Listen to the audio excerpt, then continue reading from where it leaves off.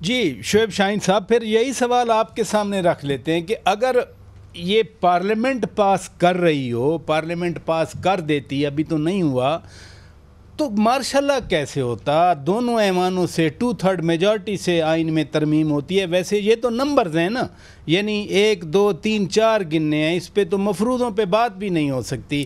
پھر اس کو اس extreme hype تک لے جانا کہ پارلیمان اگر ایک کام کرتی ہے تو اس کو مارشاء اللہ کے ایکویٹ کر لینا، انٹرپلے تو سیاسی جماعتوں کا ہوا۔ درست فرمایا کہ جمہوریت ہے تو یہ ترمیم نہیں آ سکی نا ابھی۔ دیکھیں شوکت صاحب، with respect to my friends, پہلی بات تو میں یہ گزارش کروں گا، میں خود وٹنس ہوں اور وکٹم بھی ہوں دو مارشل لاؤں کا، کیوں ہوئے کچھ نہیں ہو سکے، یہ ساری چیزیں لیکن میں جو گزارش کر رہا ہوں نا، میں آج جو کچھ یہ کرنے آئین کے اوپر حملہ کرنے جا رہے تھے، یہ ڈکٹیٹر سے مارشل لا ایڈمنسٹریٹر سے بدتر سلوک تھا۔ وجہ اس کی یہ ہے، میں اس مسودے پہ کہ جو کچا سمجھیں پکا سمجھیں جو آج تک آ چکا ہے اس کی بات کر لوں۔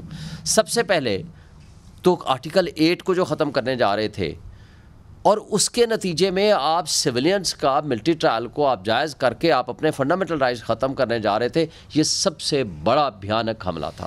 نمبر 2، ویسے ماضی میں ہو چکا ہے نا، جب ایک سن سیٹ کلاس ڈالی گئی تھی سیویلین کا ملٹری ٹرائل ہوا، اس میں ایک تھا، سن لیں نا سر، آپ سر لکھ لیں، آپ کے پاس کاغذ قلم ہے سر، لکھ لیں، مجھے بیچ میں نہ انٹرپٹ کریں۔ ہوا تھا، پہلی بات تو یہ، وہ ان دہشت گردوں کے خلاف ہوا تھا جن دہشت گردوں کو ہماری سول ایڈمنسٹریشن کنٹرول کرنے کے قابل نہیں تھی۔ نمبر لاسٹ یہ کہ وہ سب پولیٹیکل پارٹیز کی کنسنٹ سے ہوا اور وہ سنسٹ کلاس کے ساتھ تھا۔ یہاں یہ جو کچھ کرنے لگے تھے یہ for all time to come تھا۔ نمبر 2، یہاں آرٹیکل 199 میں جس شخص کو آپ اٹھائیں، ماریں، تشدد کریں، پھینک دیں لاش، اس کے ساتھ صرف ایک الزام لگا دے کوئی بھی ادارہ، کوئی بھی شخصیت کہ یہ نیشنل سیکورٹی کا معاملہ ہے، ہائی کورٹ کی پاورز ختم ہو گئی۔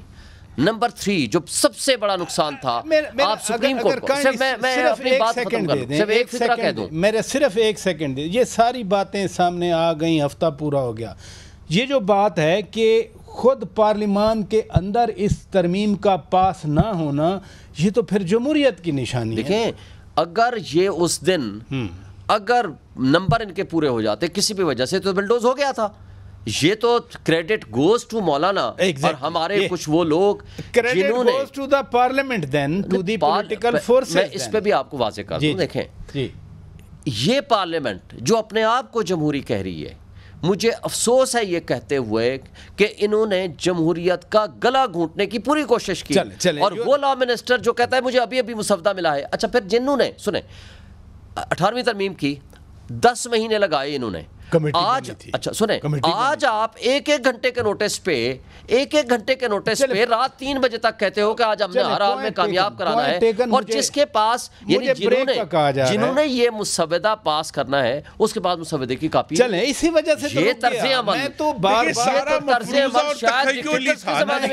میں ایک بات کر کے کہوں، دیکھیے قانون سازی کا پہلا سنجیدہ قدم مسودے کی کابینہ سے منظوری ہے۔ مسودہ کابینہ کے سامنے تک نہیں گیا تو سب تخیل اور مفروض۔ مجھے اجازت دیں، بریک لینا ہے۔ شعیب شاہین صاحب اجازت دیں، میں آپ سے خان صاحب شروع کر دوں گا۔ ناظرین بریک لیتے ہیں، بریک کے بعد جب واپس آئیں گے، یہ پریکٹس اینڈ پروسیجرز قانون میں صدارتی آرڈیننس کے ذریعے تبدیلی کی گئی ہے، کیا یہ آئینی ترامیم کا متبادل ہے؟ کیا پھر وہ جو حکومت جو کچھ کرنا چاہ رہی ہے، پی ٹی آئی کے لوگ کہہ رہے ہیں کہ حکومت وہ مقاصد حاصل کرے گی؟ بریک کے بعد بات کرتے ہیں۔